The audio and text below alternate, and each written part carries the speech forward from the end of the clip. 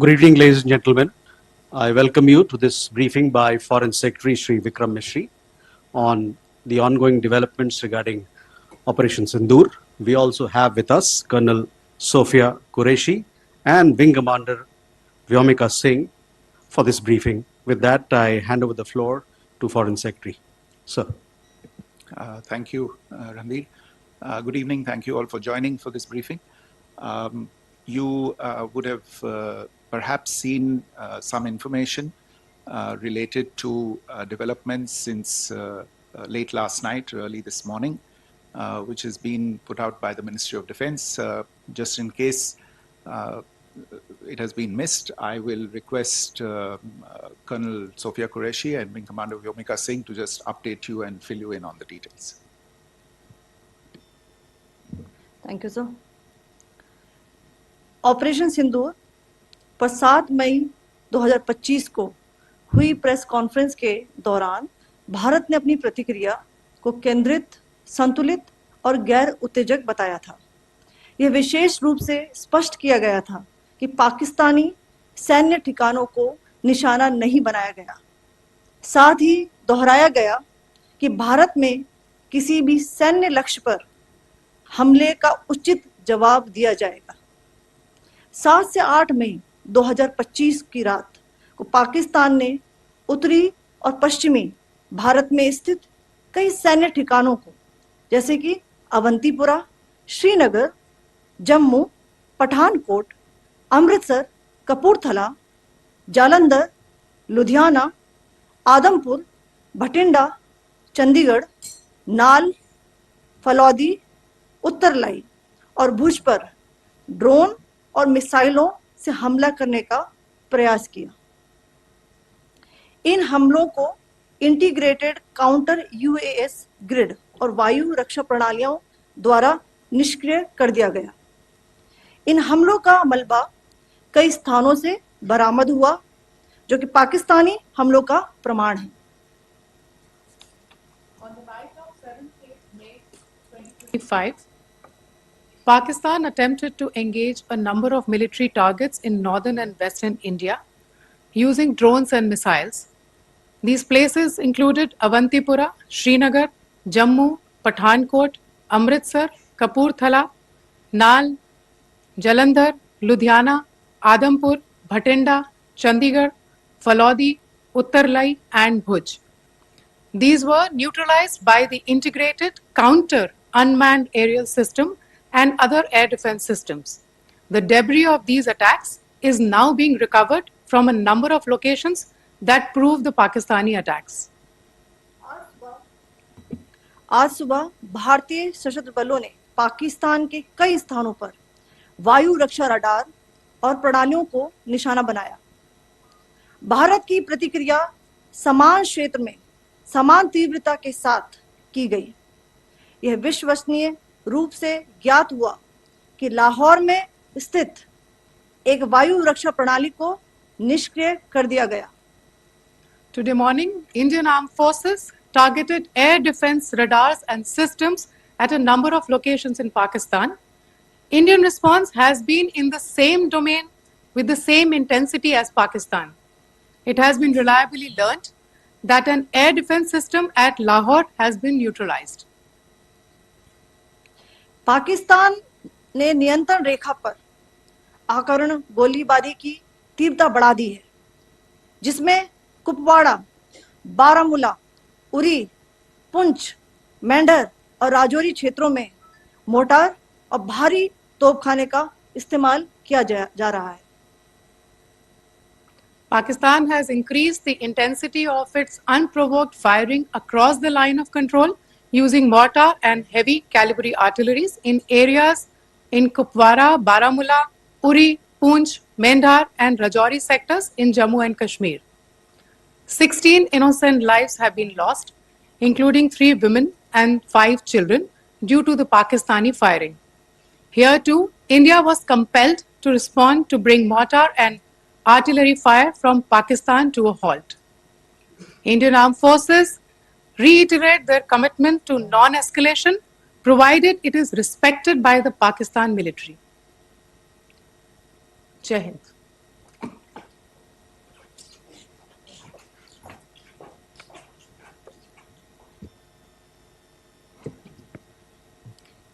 Thank you. Friends, this is, as I said, further to the briefing that was provided yesterday and some of the updates that have been just provided by Colonel Qureshi and Wing Commander Singh. I thought that we would just put some of the aspects related to the events that started on 22nd April with the barbaric terror attack in Pahalgam into further context, because there is a certain amount of commentary that has happened with regard to the events since then. And more than the commentary, there has been a lot of disinformation that has been directed at us from across the border. So a few things that I would like you to keep in mind. First of all, there is mention on all sides of escalation.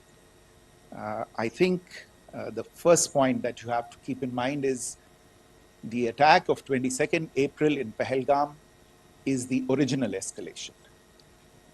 ये जो सिलसिला है जो हम देख रहे हैं आज की घटनाओं को लेके, ये 22 अप्रैल के पहलगाम के हमले से शुरू हुआ है.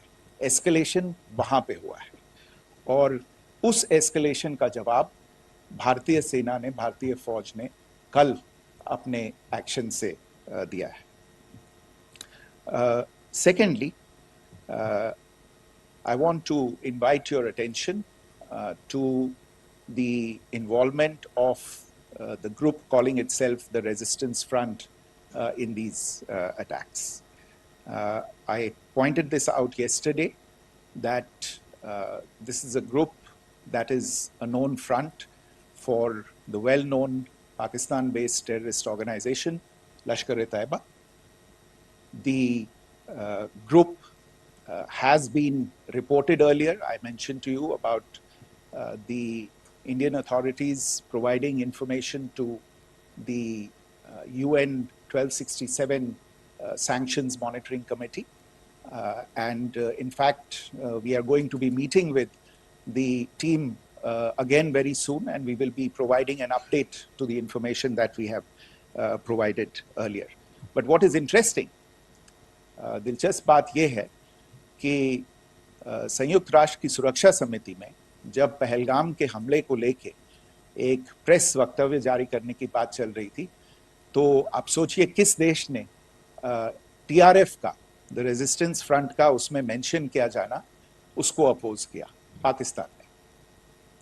This was after the fact that the TRF claimed responsibility for this attack not once but twice, within a few hours after the incident on the 22nd of April, and then again on the morning of 23rd April. And it is perhaps only after the full gravity of the incident was realized by its masters and handlers across the border that it was managed to back off from this claim. Obviously, that retraction doesn't convince anybody. तीसरी चीज जो मैं आपसे कहना चाह रहा था, और कर्नल कुरैशी और विंग कमांडर सिंह ने कल भी बड़े स्पष्ट शब्दों में और आज भी आपसे ये बात साझा की है. जो भारतीय रिस्पॉन्स है वो नॉन एस्केलेटरी है, प्रिसाइज है, सटीक है, मेजर्ड है और कंसिडर्ड है. Our intention has not been to escalate matters. We are only responding to the original escalation, as I said, and our response has been targeted, precise, controlled and measured. Only no military targets have been selected. Only terrorist infrastructure in Pakistan has been hit. Now, there are, as I said, a number of issues that have been raised in commentaries, and there's a lot of, as I said, unfounded disinformation and fabrication that has come from across the border. And I would just like to use this opportunity to set the record straight on some of these issues. The first of these is Pakistan trying to wash its hands off any and all involvement with terrorism.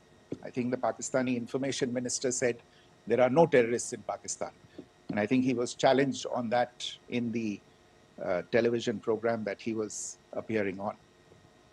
But even if I partially repeat myself from yesterday, I think Pakistan's reputation as the epicenter of global terrorism is rooted in a number of instances where concrete evidence is available, not just to India, but to governments and authorities and agencies around the world. There are several terrorist attacks around the world where Pakistani fingerprints have been found. I don't need to belabor the point with regard to this audience about where Osama bin Laden was found and who called him a martyr. Pakistan has also for decades pursued cross-border terrorism into India with impunity. And as I said yesterday also, in order to deliberately mislead the international community, they claimed that the terrorist Sajid Mir was dead. They came under pressure, and Sajid Mir was then brought back to life, arrested, and is now apparently in Pakistani custody.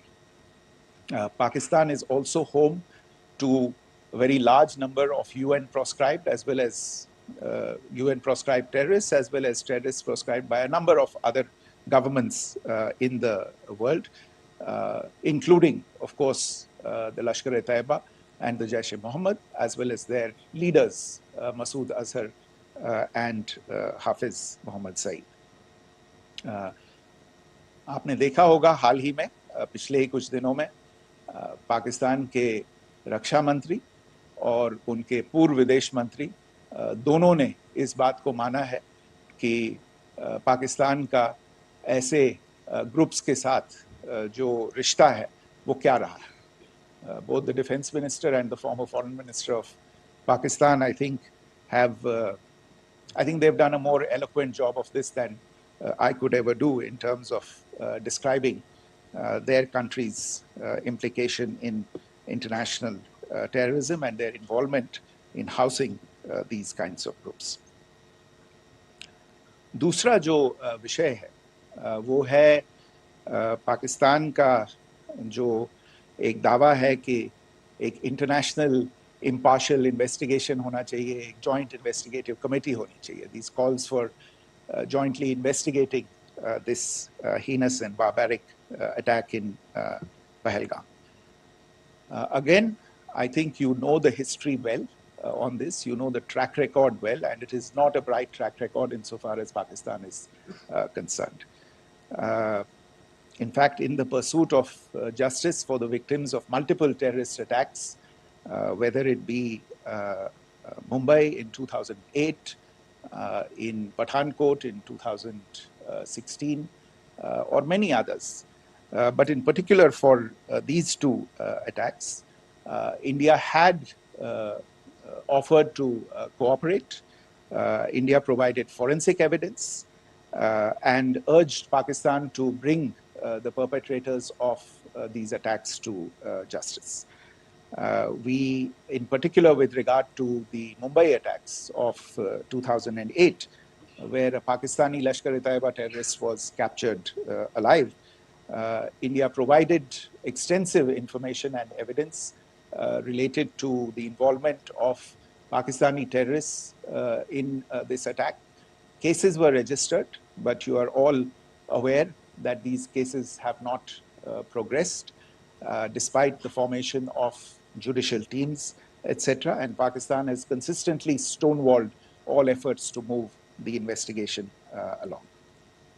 In fact, with regard to the Pathankot attack as well, a joint investigative team was formed. We gave access, unprecedented access, I should say, to Pakistani team to the site of the attack. Details of call records data and DNA, etc., were shared with Pakistan. We had shared with them details related that we had been able to access to the addresses of terrorists. We presented evidence against the office bearers of Jaish-e-Mohammed who had conspired in the attack, and the handlers of the terrorists who facilitated them and guided them in. But there has been no movement on this. So in all of this, I think the experience has not been positive, and it certainly doesn't give us the confidence now to take at face value Pakistani assertions of wishing to participate in a joint investigation. These are just delaying tactics. These are just stonewalling tactics. And in fact, there is reason to believe that Pakistan uses the evidence that we provide only to cover its tracks and, in fact, defend the terrorists who we are looking for and obstruct the path of investigation. A third point that I wanted to address was the claim that only civilians were killed in the strikes on the 7th of May. We have made the point very clearly that all attacks on the morning of 7th May were against carefully selected terrorist infrastructure, terrorist targets. It is not clear to us, in fact, seeing some of the coverage of the after effects of these strikes, including the funerals for the terrorists that were held yesterday. I think a lot of you have seen the reports and the coverage on media. If only civilians, if any civilians were killed in these attacks, I wonder what message this picture actually sends to all of you. This is a question that is worth asking. It's also odd that the funerals of civilians are carried out with the coffins being draped in Pakistani flags and state honors being accorded. As far as we are concerned, the individuals eliminated at these facilities were terrorists. Giving terrorist state funerals may be a practice in Pakistan. Doesn't seem to make much sense to us. Pakistan has also claimed that India deliberately attacked religious sites. This is completely false again. I have made it clear that the targets were terrorist infrastructure, terrorist facilities, and locations connected clearly with incidents of cross-border terrorism into India. And it is in fact Pakistan that is misusing religious sites as a cover to in fact radicalize, direct, and indoctrinate and train terrorists. In fact, contrary to what Pakistan is claiming, yesterday Pakistan launched a targeted attack on the Sikh community in the state of Jammu and Kashmir, hitting Gurdwara in Poonch and the homes of Sikh community members, which came under attack. And we know that at least 3 individuals were killed in that particular attack. Pakistan is also making attempts to, in fact, just to add to this point, the retaliatory action that Pakistan has taken in fact is impacting civilians. I showed you the picture of the Gurdwara and the Sikh community members who were killed in this. There are other civilians also who've been killed and injured in these attacks.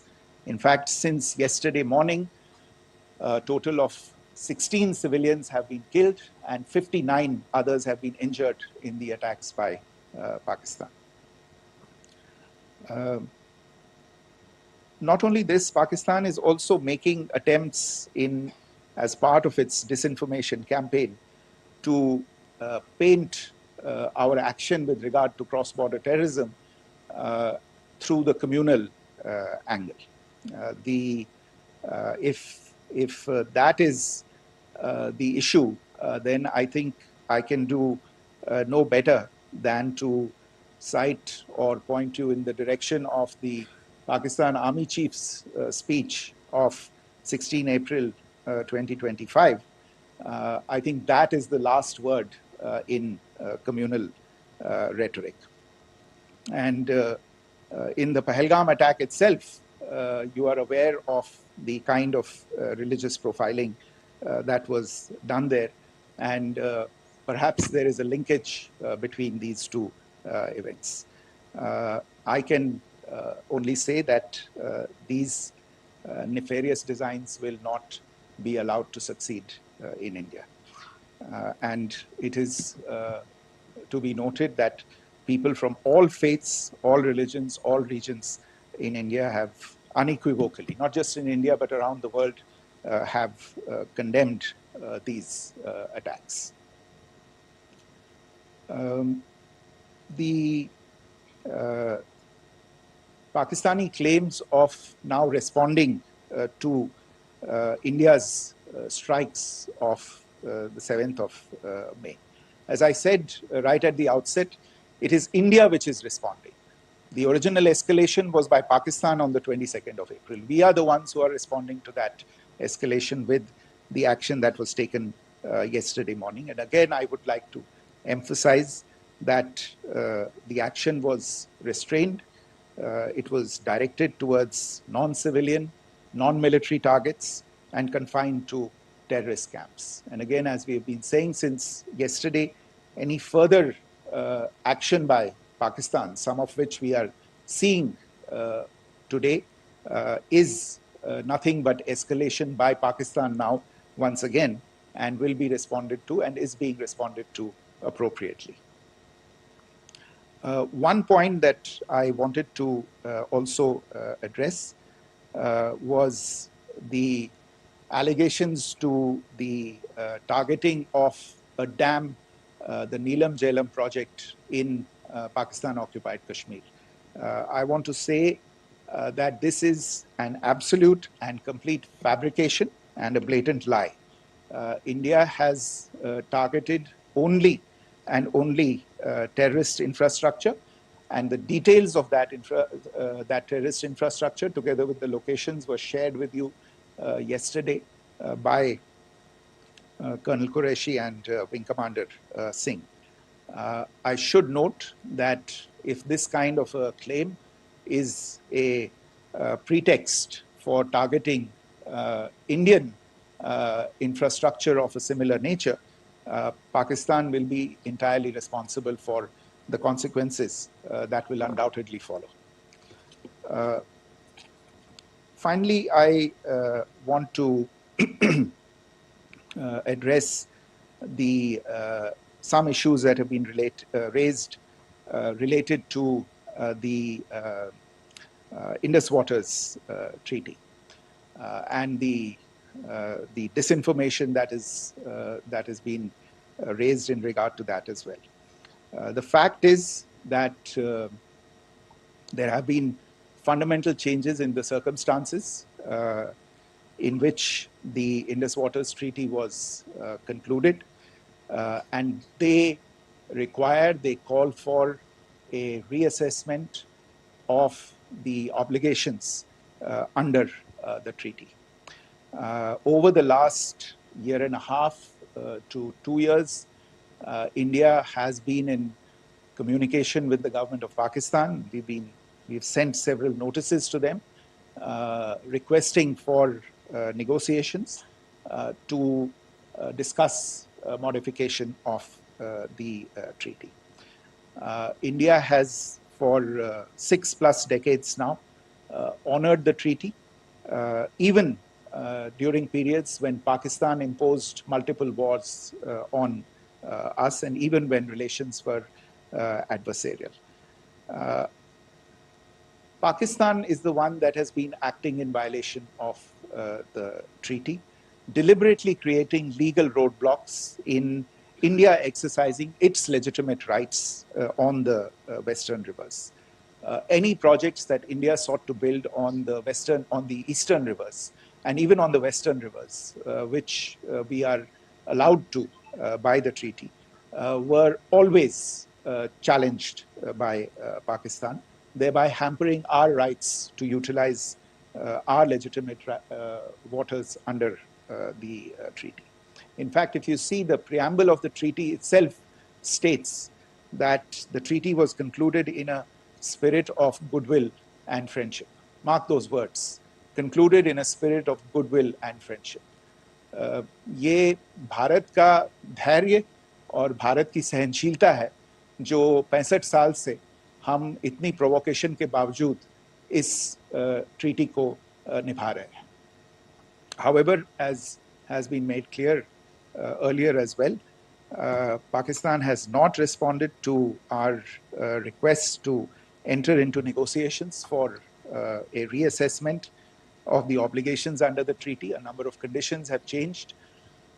This is a treaty that was based on the engineering techniques of the 50s and the 60s. We are living through the first quarter of the 21st century. Technological changes and technological advancements have to be taken into account. There are demographic changes. There are climate changes that have taken place. There is the imperative of clean energy. And of course, the terrorism that Pakistan has wreaked in the state of Jammu and Kashmir itself has hampered India's ability to exercise its rights under the treaty. Pakistan's persistent refusal to respond to our requests to enter into government-to-government negotiations on the modification of the treaty is, in a sense, itself a violation of the treaty. And therefore, India has taken the step of putting the treaty in abeyance until Pakistan abjures irrevocably its support for cross-border terrorism. Maybe I'll stop there. I mentioned earlier yesterday as well that this is an evolving situation. I would therefore ask all of you to be considerate and restrained. It will not be possible for us or my colleagues from the armed forces to share operational details at this point in time. Beyond that, if you have any questions, may I have time for only a few, and I'll try to answer those questions. Okay, I give the floor to Rishabh. On Secretary, good evening. This is Rishabh from Times Now. I just wanted to understand, as per the press release that has been released earlier today, it says that we have successfully hit at the air defense of Lahore. Does it give our forces a better chances if in case of further escalation? And are there other air defense places as well at strategic location that were targeted? Rishabh, you are violating the first rule that I set out at the end of my remarks. The press release that has been issued by the Ministry of Defense today speaks for itself. It is related to operational matters. It's been released by the Ministry of Defense.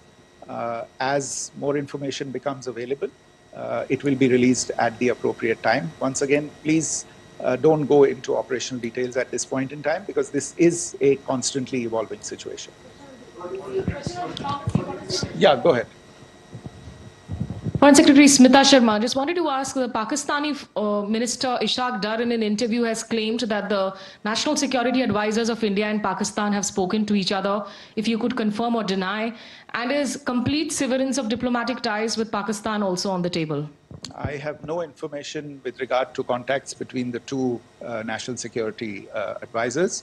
Insofar as diplomatic relations are concerned, you've seen the steps that were announced in response to the following the meeting of the Cabinet Committee on Security on the 23rd of April. There are no further steps that are under consideration at this moment in time. Here, go ahead.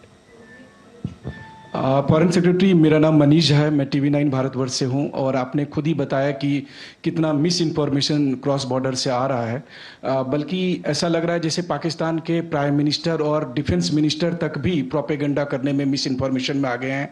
वो कई बार तो ये तक दावा करते हैं कि हम 3 राफेल हमने गिरा दिया, इतने हमने मिग गिरा दिए, और जब उनसे पूछा जाता है तो वो कहते हैं कि सोशल मीडिया में हमने ये सब चीज़ें देखी थी। तो अगर आधिकारिक तौर पर अगर आप कुछ कह सकें इस पर, ताकि उन्हें भी समझ में आए कि इस तरह के प्रोपेगेंडा नहीं चलने वाला है। देखिए, जब सही समय होगा तो आधिकारिक तौर पे इसके बारे में सूचना दी जाएगी, लेकिन जो आपका प्रश्न है कि प्रधानमंत्री और उप प्रधानमंत्री और विदेश मंत्री, उनके रक्षा मंत्री इस तरह की बातें कर रहे हैं, तो इसमें अचरज की कोई बात नहीं है। आखिरकार ये एक देश है जिसने अपना इसका जन्म लेते ही झूठ शुरू हो गया था।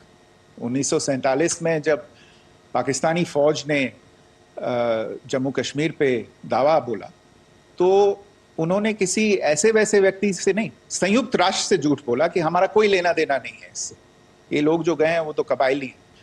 वो तो जब हमारी फौज वहाँ पे पहुंची और UN के लोग, संयुक्त राष्ट्र के लोग खुद वहाँ पे पहुंचे, उन्होंने देखा कि वहाँ तो पाकिस्तानी फौज घुसपैठ करके आ गई है, उसके बाद पाकिस्तान को मुंह की देखनी पड़ी और उनको मानना पड़ा कि हाँ, उनकी फौज वहाँ पे कुछ समय से पड़ी हुई है। तो ये जो यात्रा है एक तरह से 75 साल पहले शुरू हो चुकी है, तो I am not surprised that this kind of disinformation is being indulged in. Yeah. Siddhant. So Siddhant from Beyond. Sir, we have seen a lot of negative comments coming from the Pakistani military of escalation. If tomorrow there is an escalation, there are strikes, we know one attempt has been thwarted, what will be the Indian response to those attempts of creating more escalation? Because it is looking like it's going towards more escalation. And my second question is, are any other world powers, essentially the P5 countries, the West Asian countries, reaching out to de-escalate the current situation? Look, on escalation, we've already made our stance clear. I mean, there are 2 basic points. First of all, it is Pakistan that escalated on the 22nd of April. We are only responding to that escalation. And then what we have said yesterday and what my colleagues have said today, that now if there is an attempt at further escalation by Pakistan, it will be responded to in an appropriate domain. And therefore, the choice is entirely that of Pakistan to make. As to your second question, I don't think I can do better than to point you in the direction of the statements that are being made from practically every chancellery in the world and the sentiment that they are carrying.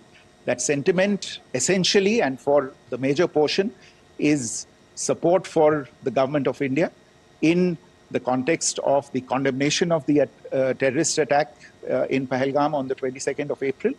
There is wide recognition of the government of India's right to respond to these attacks in self-defense, and of course, a desire to ensure that there is not further escalation. I think these statements speak for themselves. Yeah. There. Sir, this is Mosami from India Today. Now, in the all-party meeting, we have learned that the defense minister has said that, in the Operation Sindoor, almost 100 terrorists were killed.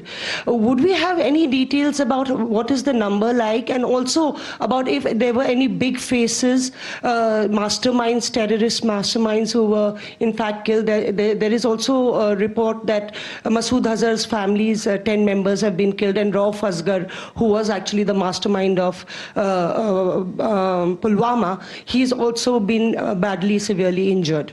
I don't have information at this point in time to share with you on these issues.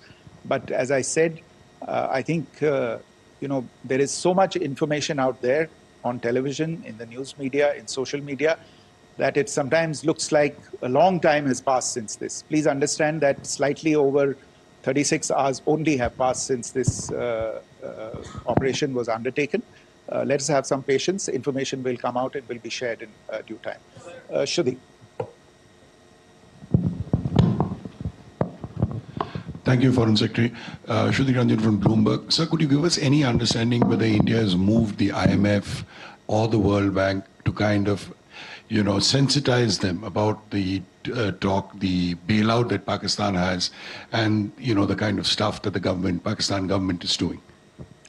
Look, we have an executive director at the IMF. Tomorrow there is a meeting of the board of the IMF, and I'm sure that our executive director will put forward India's position.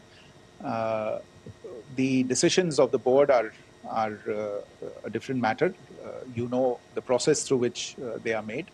But I think the case with regard to Pakistan should be self-evident to those people who generously open their pockets to bail out this country. And since you are from Bloomberg, I think you would have the data on how many IMF bailout programs have been, very good, thank you, have been sanctioned in the space of the last 3 decades. And I think you would also have an idea of how many of those programs have actually reached successful conclusion.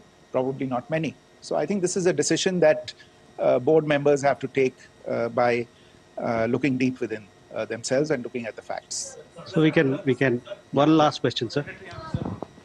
Yeah. One last question. Foreign Secretary, I'm Siddhant from CNN News 18. I would like to know, since it's an opportunity to speak to you, I would like to know the response coming from United States since last 3 weeks. Saudi Arabia, Qatar. In fact, Prime Minister Modi spoke to Qatar before the strikes that evening. Perhaps how do you read the support coming from these countries? Perhaps traditionally they were seen on the other side. This time around, their statements are strong worded. In fact, India-Saudi joint statement also had a very strong condemnation, strong worded condemnation. United States at all level have condemned the attack and have extended support. In fact, Saudi Deputy Foreign Minister is in India. He just met EMS Jaishankar. Also, if you could shed some light on his visit, his meeting with EMS Jaishankar. In fact, we have also been told that he met Prime Minister Modi. Thank you. Look, all the countries that you named and many others, we have been in touch with them. The Prime Minister has spoken to a large number of world leaders. A large number of world leaders have called him, as have called the External Affairs Minister. As we speak, there are conversations going on today as well with world leaders.